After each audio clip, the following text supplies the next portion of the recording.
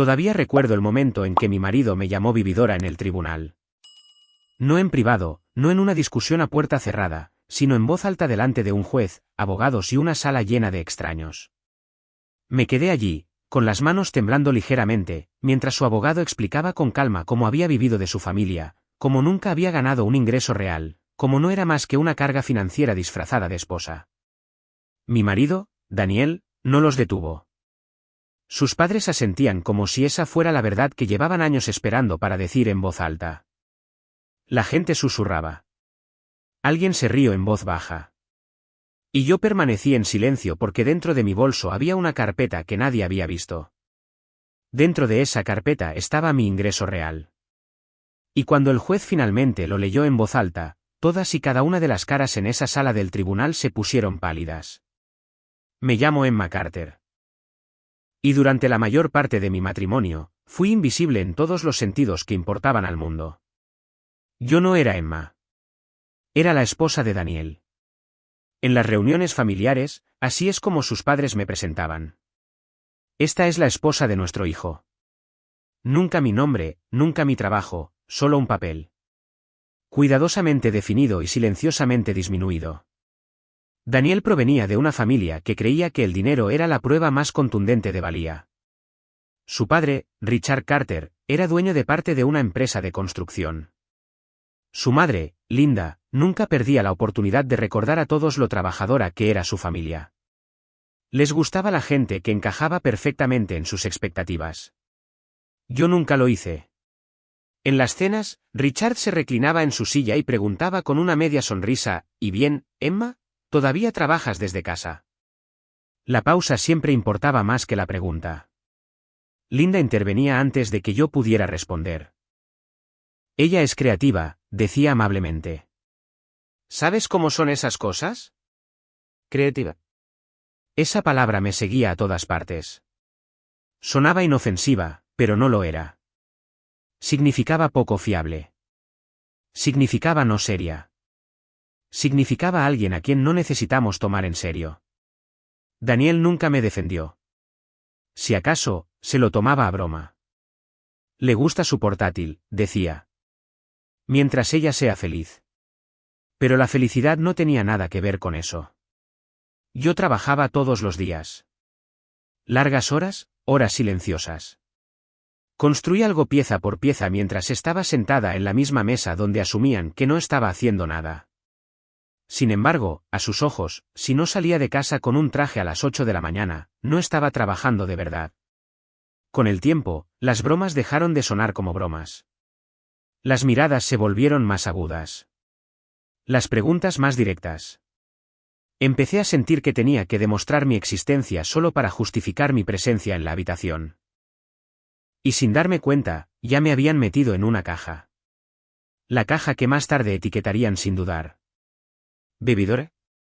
Lo que la familia de Daniel nunca preguntó fue la pregunta más simple de todas. ¿Qué haces realmente todo el día?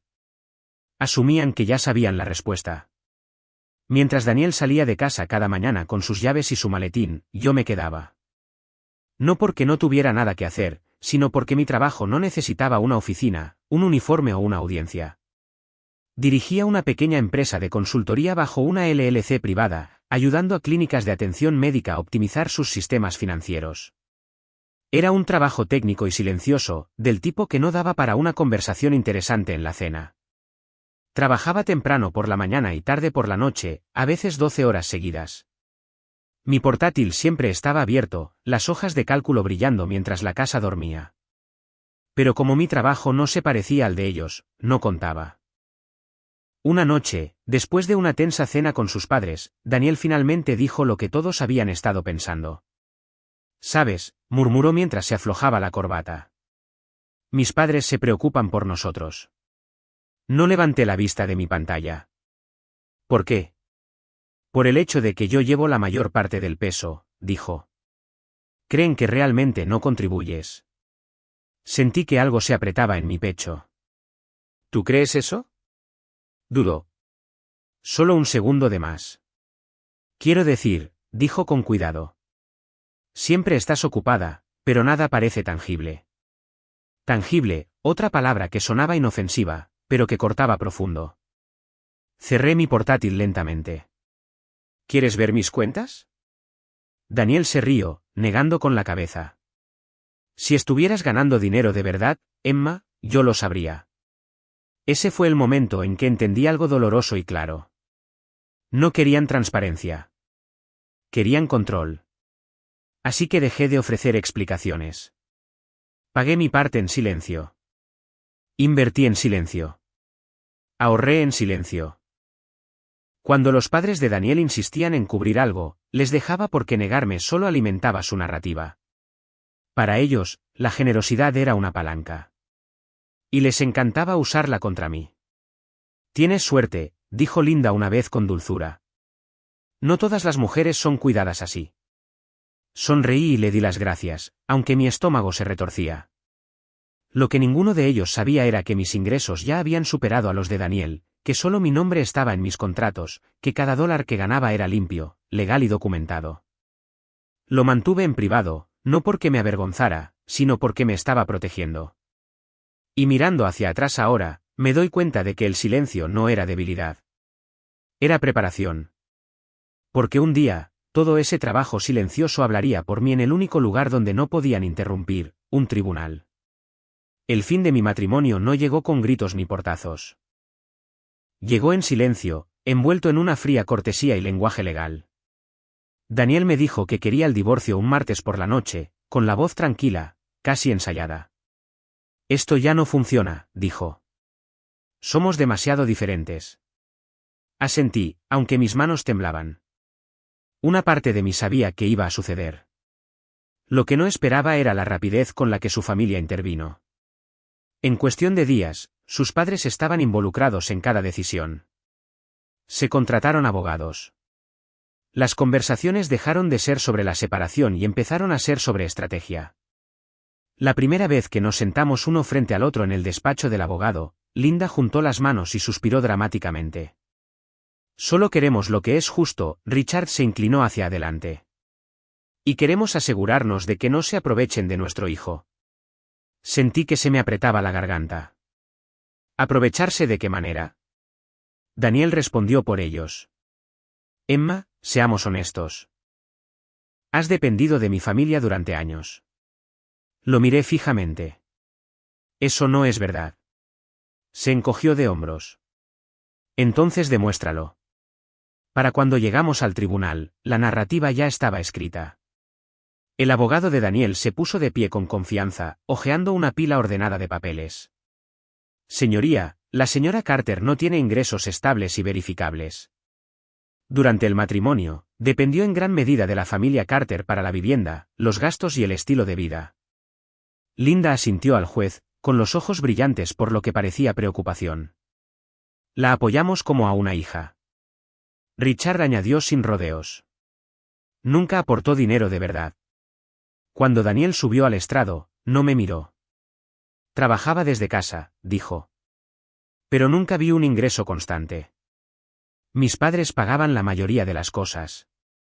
La palabra vividora flotaba en el aire, no dicha pero sonora. Sentí que el calor me subía a la cara mientras los susurros se extendían por la sala. La gente me miraba con una mezcla de lástima y juicio. Casi podía oír lo que estaban pensando. Otra mujer viviendo de su marido. El juez se volvió hacia mí. Señora Carter, ¿refuta usted esta caracterización? Abrí la boca y la volví a cerrar. Sí, dije finalmente. Pero me gustaría responder cuando sea mi turno. El abogado de Daniel sonrió con confianza. Por supuesto. Pensaban que estaba ganando tiempo. Pensaban que no tenía nada. Pero mientras me sentaba de nuevo, mis dedos rozaron mi bolso. Dentro, estaba la prueba que creían que no existía. Y por primera vez desde que comenzó el divorcio, sentí algo inesperado surgir a través del miedo. No ira, no pánico, certeza, porque esto ya no se trataba solo del fin de un matrimonio. Se trataba de mi nombre, y ya estaba harta de que ellos lo definieran. La sala del tribunal se sentía más pequeña con cada minuto que pasaba. El abogado de Daniel continuó, exponiendo su versión de mi vida como si fuera un hecho consumado. Aparecieron gráficos en la pantalla detrás de él. Pagos realizados por sus padres, gastos compartidos, cronologías cuidadosamente seleccionadas. Todo estaba enmarcado para sugerir una historia simple. Yo tomaba y ellos daban. Escuché en silencio. La señora Carter se benefició del apoyo financiero de la familia Carter durante todo el matrimonio, concluyó el abogado. No ha demostrado capacidad de ganancia independiente. Las palabras presionaron mi pecho como un peso. El juez garabateaba notas, con una expresión neutra pero concentrada. Señora Carter, dijo, levantando la vista. ¿Ha escuchado las afirmaciones? ¿Hay algo que le gustaría aclarar en este momento? Me puse de pie lentamente. Sí, señoría, respondí, manteniendo la voz firme, pero todavía no. Un leve murmullo recorrió la sala. Daniel se volvió hacia mí, confundido. Todavía no, susurró bruscamente. No respondí. En cambio, volví a mi asiento y junté las manos en mi regazo, obligándome a respirar más despacio. Mi corazón latía tan fuerte que estaba segura de que otros podían oírlo. Podía sentir los ojos de Linda sobre mí, agudos y sospechosos ahora, ya no compasivos. Richard se inclinó hacia Daniel y murmuró, «Está faroleando». Quizás necesitaban creer eso. El juez asintió una vez. Muy bien, el tribunal procederá. Testigo tras testigo reforzaron la misma narrativa. Daniel habló de nuevo, repitiendo que nunca supo cuánto ganaba yo. Linda describió cómo me ayudaba a gestionar los gastos. Richard enfatizó lo generosos que habían sido. Cada palabra iba minando la imagen de mí en la sala. Vi mi reflejo en la superficie pulida de la mesa. Un rostro tranquilo, una postura recta. Una mujer que parecía mucho más serena de lo que se sentía por dentro. La duda parpadeó. ¿Y si lo tergiversan? ¿Y si se niegan a creerme? Pero entonces recordé cada noche hasta tarde, cada contrato firmado, cada pago de impuestos realizado, cada registro guardado. La verdad no era frágil. No necesitaba defensa. Solo necesitaba espacio. El juez finalmente miró el reloj. Haremos una breve pausa antes de escuchar a la señora Carter. Mientras la gente se movía en sus asientos, Daniel se levantó y se me acercó, con la voz baja y tensa. Emma, esta es tu oportunidad de dejar de avergonzarte. Lo miré con calma. No estoy avergonzada. Se burló. Deberías estarlo. Metí la mano en mi bolso, no para sacar nada, sino lo suficiente para que él se diera cuenta. Sus ojos siguieron el movimiento. ¿Qué es eso?, preguntó. Lo miré a los ojos por primera vez ese día. Algo sobre lo que deberías haber preguntado hace años. Frunció el ceño, la incertidumbre parpadeando en su rostro. El juez volvió al estrado y golpeó ligeramente su mazo. Señora Carter, dijo. Puede presentar su respuesta. Me levanté de nuevo. Esta vez, metí la mano completamente en mi bolso, y el silencio en la sala se volvió agudo como el aire antes de una tormenta. El sonido de mis propios pasos resonó mientras caminaba hacia el secretario. Todos los ojos en la sala me siguieron. Coloqué la carpeta sobre la mesa, delgada, anodina, casi decepcionante en apariencia. El abogado de Daniel la miró y sonrió levemente, como si ya estuviera aburrido. ¿Eso es todo?, preguntó. ¿Ni pruebas, ni testigos? No le respondí. Señoría, dije, volviéndome hacia el juez. Estos son mis registros financieros completos de los últimos 3 años. Declaraciones de impuestos, contratos y extractos bancarios, todos verificados independientemente. El secretario tomó la carpeta y se la entregó al juez. Daniel se movió en su asiento. La expresión confiada de Linda vaciló por un segundo. Richard se cruzó de brazos, reclinándose, sin impresionarse. El juez abrió la carpeta. Al principio, nada cambió. Pasó la primera página, luego la segunda. Su pluma se detuvo en el aire. La sala estaba tan silenciosa que pude oír a alguien respirar de forma irregular en la última fila. El juez se ajustó las gafas y se acercó a los documentos. Pasó otra página, luego otra, esta vez más rápido. Su ceño se frunció, no por confusión, sino por concentración. El abogado de Daniel carraspeó. Señoría, si me permite. El juez levantó una mano sin levantar la vista. Un momento, ese único gesto cortó la sala como una cuchilla. Sentí el pulso en mis oídos. Finalmente, el juez levantó la vista. Señora Carter, dijo lentamente. ¿Este ingreso es exclusivamente suyo? Sí, señoría, respondí. Ganado independientemente a través de mi negocio. Asentí una vez y dirigió su mirada a Daniel. Estos registros muestran un ingreso anual promedio de aproximadamente $680.000 en los últimos 3 años. Las palabras quedaron suspendidas allí, pesadas e irreales. Daniel parpadeó. Eso no puede ser correcto. Linda inspiró bruscamente. Disculpe. Richard se inclinó hacia adelante. Eso es imposible. Ella nunca. La voz del juez los interrumpió, firme ahora. Este ingreso está bien documentado, cumple con los impuestos y se ha ganado legalmente. No hay indicios de fraude o tergiversación ante el tribunal. Los murmullos estallaron en la galería. Ella gana. ¿Cuánto? ¿Oíste eso? Oh, Dios mío. El abogado de Daniel se levantó bruscamente. Señoría, impugnamos. Puede impugnar más tarde, interrumpió el juez. Ahora mismo, estoy abordando la exactitud de las declaraciones anteriores. Volvió a hojear sus notas y miró directamente a Daniel. Señor Carter, usted testificó que su esposa no tenía ingresos constantes y dependía financieramente de su familia. Basado en esta evidencia, ese testimonio parece inexacto. Daniel se levantó, su voz se elevó. Lo ocultó. Nunca nos lo dijo. Hablé antes de que el juez pudiera responder. Nunca oculté nada a la ley, dije con calma. Pagué mis impuestos en su totalidad cada año a tiempo. Me giré ligeramente, mis ojos moviéndose de Daniel a sus padres. No compartí mis ingresos porque cada vez que el dinero entraba en la conversación, se usaba para medir mi valía, para controlarme, para disminuirme. Linda negó con la cabeza, su voz temblaba. La apoyamos. La ayudamos. Sí, respondí suavemente. Cuando insististeis en ayudar, cuando negarme habría causado más conflicto, Richard se burló. ¿Así que ahora nos culpas a nosotros? No, dije, estoy corrigiendo el registro.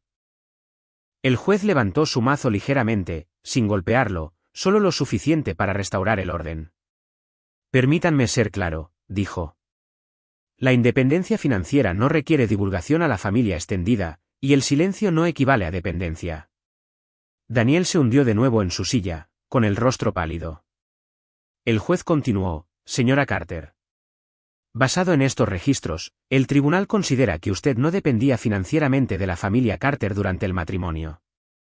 Sentí una punzada aguda e inesperada detrás de mis ojos. No alivio. Validación. El juez se volvió hacia el otro lado de la sala. Además, añadió, la caracterización de la señora Carter como una vividora no está respaldada por las pruebas. La boca de Linda se abrió y luego se cerró de nuevo. Richard miró fijamente la mesa. El abogado de Daniel recogió sus papeles con manos temblorosas. Por primera vez desde que comenzó el juicio, nadie me interrumpió. Nadie se rió. Nadie susurró. Solo miraban. El juez dejó la carpeta con cuidado, como si llevara un peso más allá del papel. Señora Carter, dijo, con un tono medido, pero inequívocamente respetuoso. Gracias por su paciencia. ¿Paciencia? Casi me reí de la palabra. Mientras volvía a mi asiento, Daniel finalmente me miró, realmente me miró. No como su esposa, no como una carga, como una extraña. ¿Cuánto tiempo?, susurró roncamente. ¿Cuánto tiempo llevas ganando ese tipo de dinero? Lo miré a los ojos. El suficiente, dije. Para saber que nunca quisiste oírlo, el juez golpeó el mazo. Y en ese sonido, agudo, final, innegable, todo lo que creían saber sobre mí se derrumbó. Su certeza, su superioridad, su historia, todo desaparecido. Y por primera vez en esa sala, ya no me estaba defendiendo. Estaba de pie en la verdad. La sala se sumió en un silencio pesado y atónito. El juez revisó sus notas por última vez y luego levantó la vista. Este tribunal considera que la señora Carter mantuvo una total independencia financiera durante todo el matrimonio. Dijo, no hay base para las reclamaciones de dependencia o tergiversación. El abogado de Daniel abrió la boca, pero luego lo pensó mejor. En consecuencia, continuó el juez, todos los activos mantenidos exclusivamente a nombre de la señora Carter seguirán siendo suyos. No se justifica ninguna pensión compensatoria. Una suave ola de murmullos recorrió la sala. Sentí que mis hombros se relajaban por primera vez en todo el día. El juez se dirigió a Daniel. Señor Carter, un testimonio inexacto, intencionado o no, no puede utilizarse para penalizar a la otra parte. Este tribunal no recompensa los ataques al carácter disfrazados de argumentos financieros. Además, severo. Daniel asintió rígidamente. Con la mandíbula apretada, Linda intentó hablar. Señoría, solo queríamos. El juez levantó la mano de nuevo. El tribunal ya ha escuchado suficiente. Hizo una pausa y luego añadió, que quede claro. La autonomía financiera no es engaño. El silencio sobre los ingresos personales no es un delito. La ley protege a las personas de ser menospreciadas por suposiciones. Esas palabras calaron más hondo que la propia sentencia. El mazo golpeó. Se levanta la sesión. Mientras la gente se ponía de pie, yo permanecí sentada un momento, respirando el impacto. La verdad había hecho su trabajo limpiamente, legalmente, sin espectáculo. Daniel se me acercó en el pasillo, con la voz baja. Nos hiciste quedar fatal. Lo miré a los ojos con calma. Yo no hice nada. Solo dejé de encubrirlo. Linda rondaba detrás de él, con una expresión frágil. Podrías haber manejado esto en privado. Negué con la cabeza. Vosotros lo hicisteis público cuando me llamasteis vividora. Richard no dijo nada. No podía mirarme a los ojos. Fuera del tribunal, el aire se sentía más ligero. No victorioso, solo claro. Mi abogada me apretó el brazo. Lo manejaste con compostura. El registro habla por sí solo. Le di las gracias y salí sola al pasillo. Durante años, me habían dicho sutilmente, persistentemente, que mi valía era cuestionable, que mi trabajo era invisible, que mi independencia era inconveniente. Hoy, la ley decía lo contrario. No en voz alta, no dramáticamente, solo con firmeza. Mientras caminaba hacia la salida, ya no sentí la necesidad de discutir o explicar. La sentencia había hecho lo que yo no pude hacer por mí misma durante años. Trazó una línea, y en el lado correcto de ella, finalmente me encontraba incuestionada, sin encogerme y protegida. Los días después del juicio fueron extrañamente silenciosos. No más llamadas de abogados.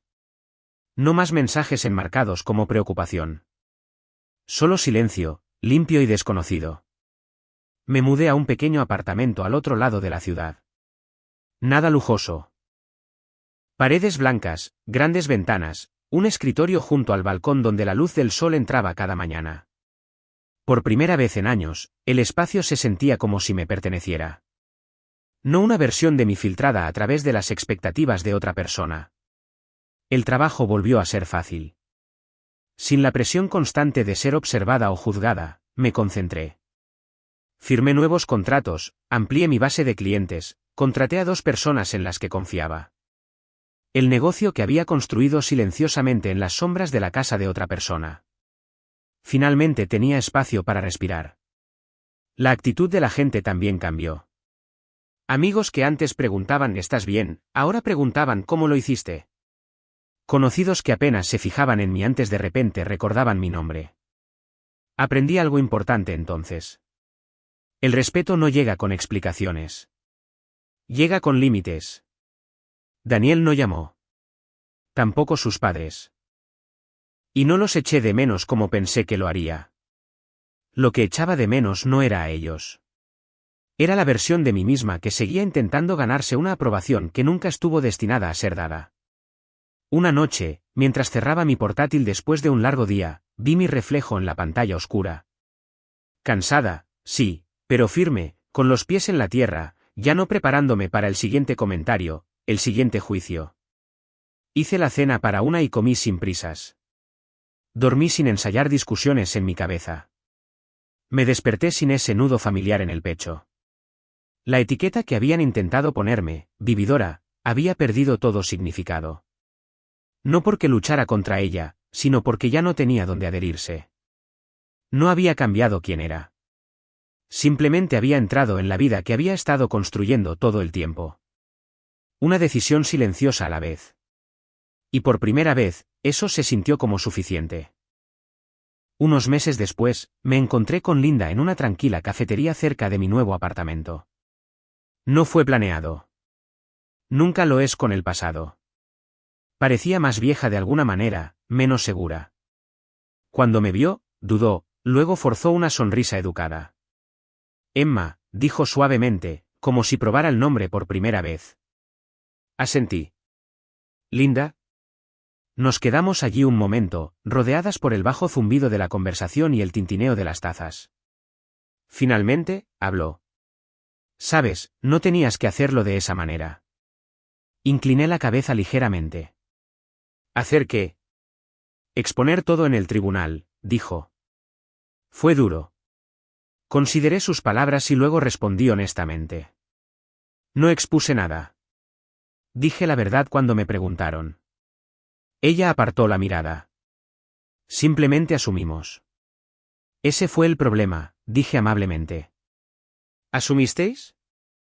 No había nada más que añadir. Le deseé lo mejor y salí, la campana sobre la puerta sonando suavemente detrás de mí. Ninguna ira me siguió a la calle. Ninguna necesidad de explicar o justificar, solo una tranquila sensación de cierre. Esa noche, me senté en mi balcón, viendo las luces de la ciudad encenderse una por una. Pensé en la mujer que había sido, constantemente encogiéndose, constantemente traduciéndose a sí misma en algo más aceptable. Y pensé en la mujer en la que me estaba convirtiendo. Independiente, sin disculpas, completa. El tribunal no me dio mi poder. Simplemente confirmó lo que ya había sido mío. Aprendí que el silencio puede ser fuerza, pero la verdad dicha en el momento adecuado puede cambiarlo todo. No humillando a otros, sino restaurándote a ti misma. Ya no necesitaba la aprobación de nadie para medir mi valía. Tenía mi trabajo, mi integridad y una vida construida bajo mis propios términos. Y si había una cosa que me llevé de ese tribunal, era esta. Nadie puede definirte solo porque hayas permanecido en silencio. A veces, la respuesta más fuerte es dejar que la verdad hable y marcharse.